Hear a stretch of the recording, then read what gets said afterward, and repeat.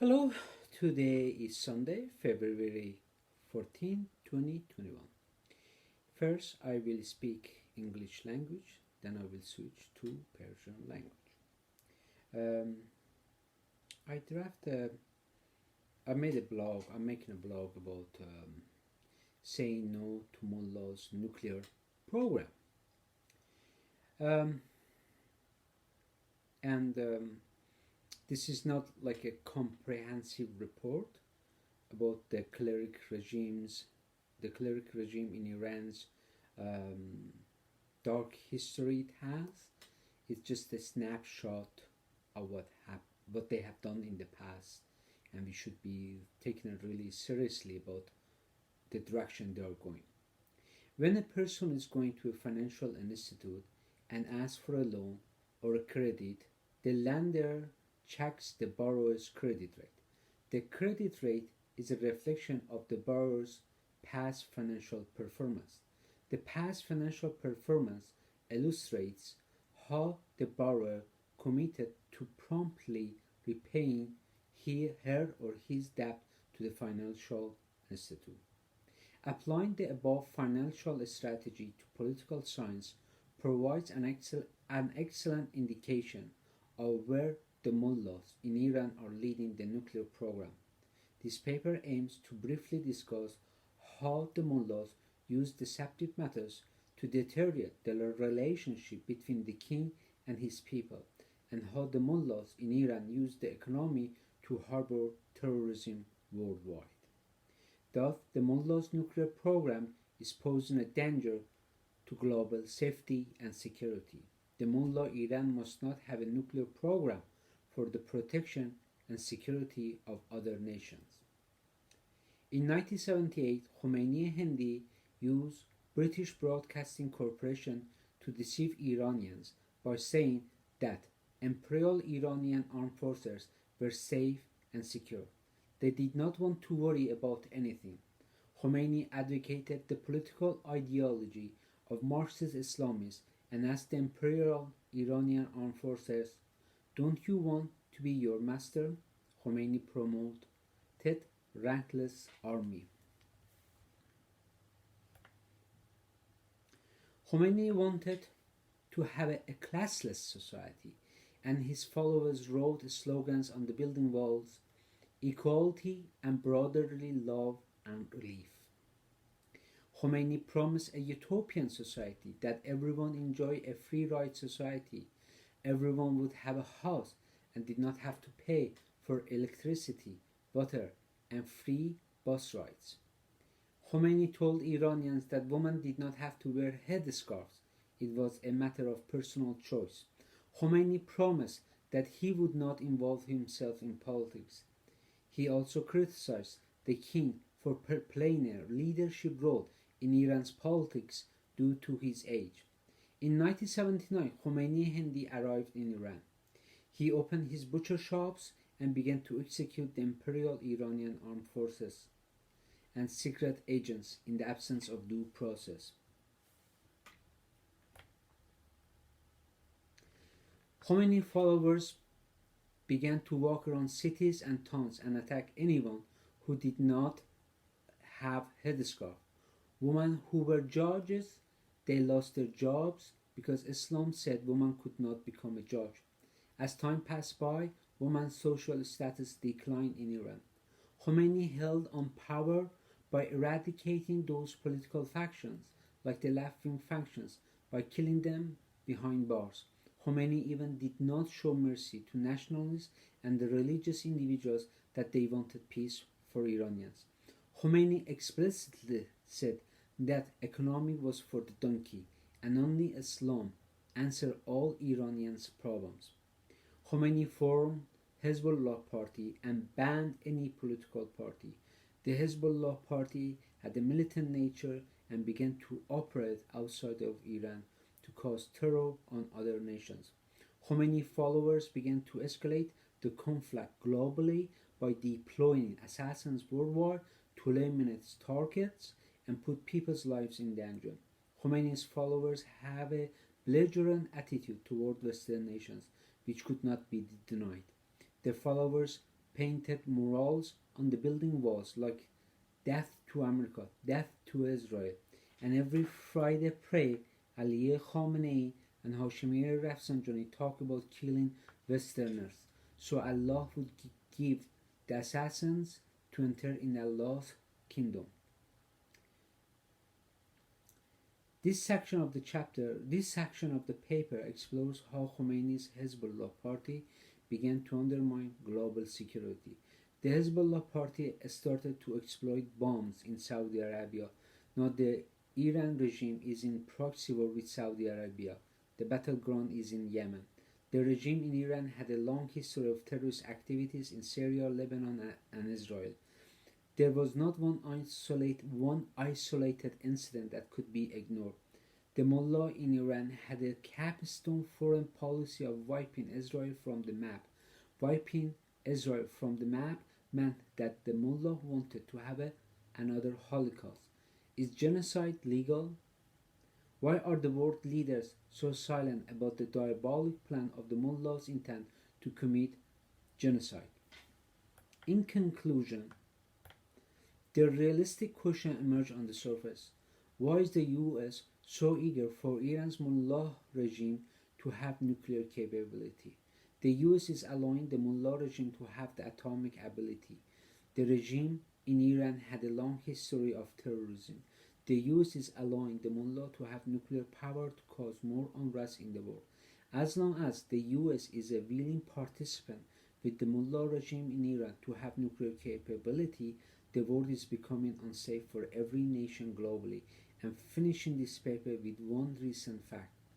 In January 2020, the Revolutionary Guards Corps intentionally brought down PS-752, a civilian airplane with two surface-to-air missiles to avoid conflict with the US. When the mullahs do not have mercy for Iranians, why should anyone think the mullahs will show mercy to others when the clerics will have nuclear power? So, I will be speaking Persian. این چیزی رو که نوشتم اینه که ملاها نباید نیروی اتمی داشته باشن و در اینجا ما صحبت نمی کنیم در رابطه با مردم ایران که نیروی اتمی داشته باشن یا ندارن، در رابطه با ملاهاست. مشکل اساسی از اینجا شروع میشه. وقتی ما یه کاری میخوایم بکنیم به تاریخچه یک شخص نگاه میکنیم.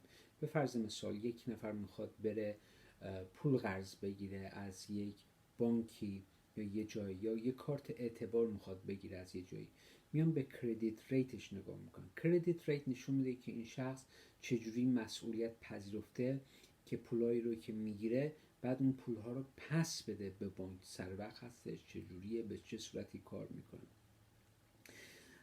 و ما به همین صورت میتونیم نگاه کنیم این اکونومیک، این چیز اقتصادی که هستش، اینو به دنیای علوم سیاسی میاریم.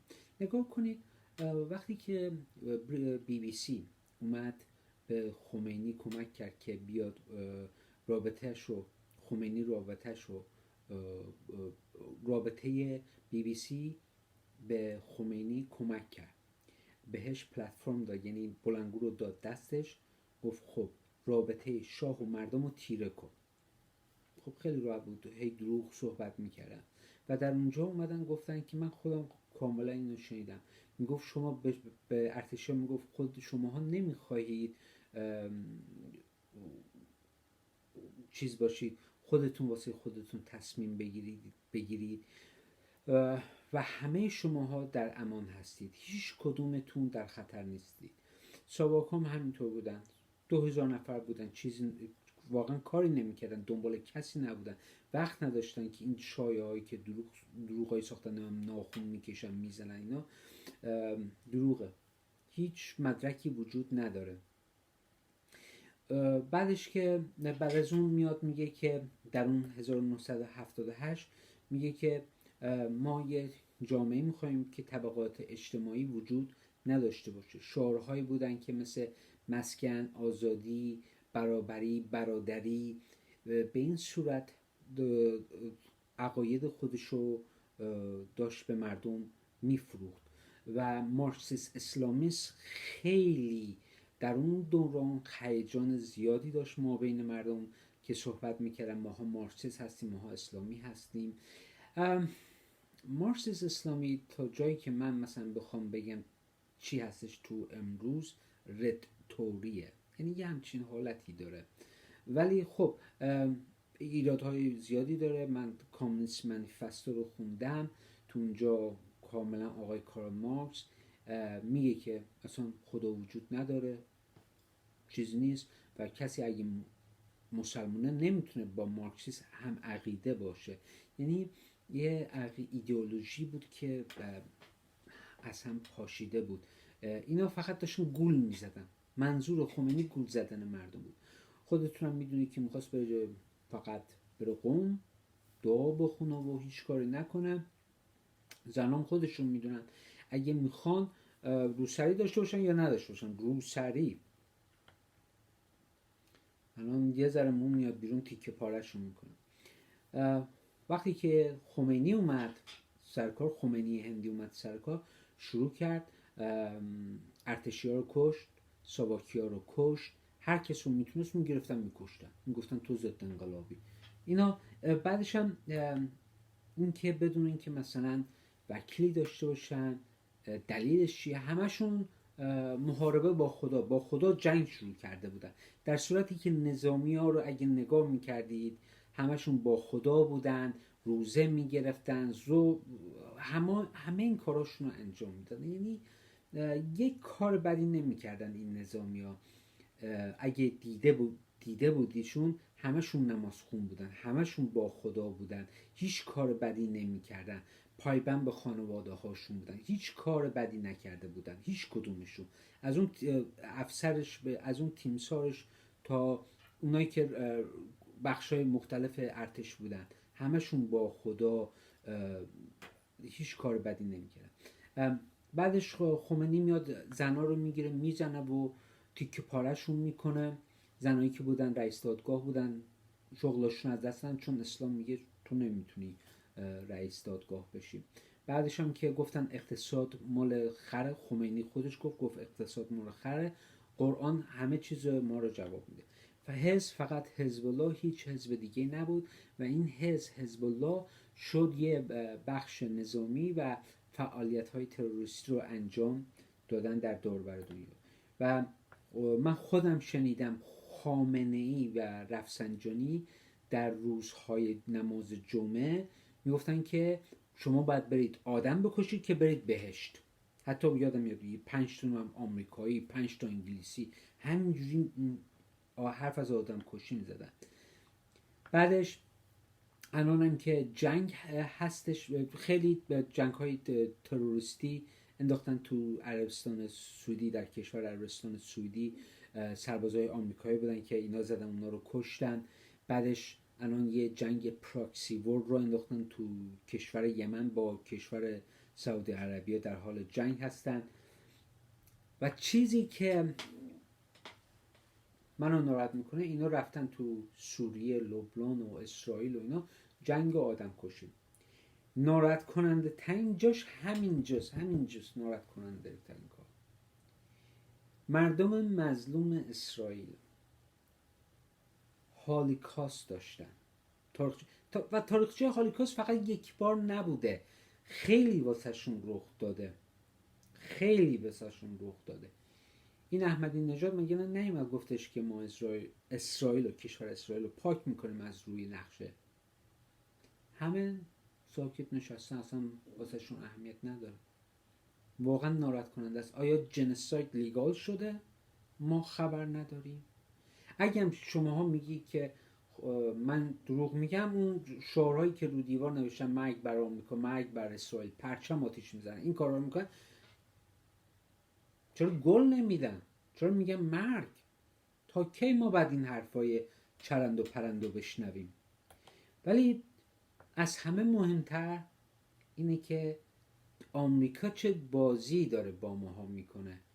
چرا اجازه میده به حکومت ملاها تو ایران دسترسی به نیروی اتمی داشته باشن؟ قصدش چیه؟ چرا یه همچین چیزی باید رخ بده؟ خب و در ژانویه 2020 بود، اینا یه هواپیمای اوکراینی رو که بیشتر سرنشینانش ایرانی بودن کشتن. وقتی که این ملاها به انسانها رحم نمی کنن، به خود ایرانی ها رحم نمی کنن، شما ببینید وقتی که اینا نیروی اتمی دارن با دنیا چه کار خواهند کرد. اگه فکر میکنید فقط اسرائیل رو میخوان پاک کنن از روی نقشه زمین، خیلی اشتباه کردیم. اینا میخوان دنیا رو پاک کنن، چون گفتن پرچم اسلام رو تا کاخ سفید میبرن.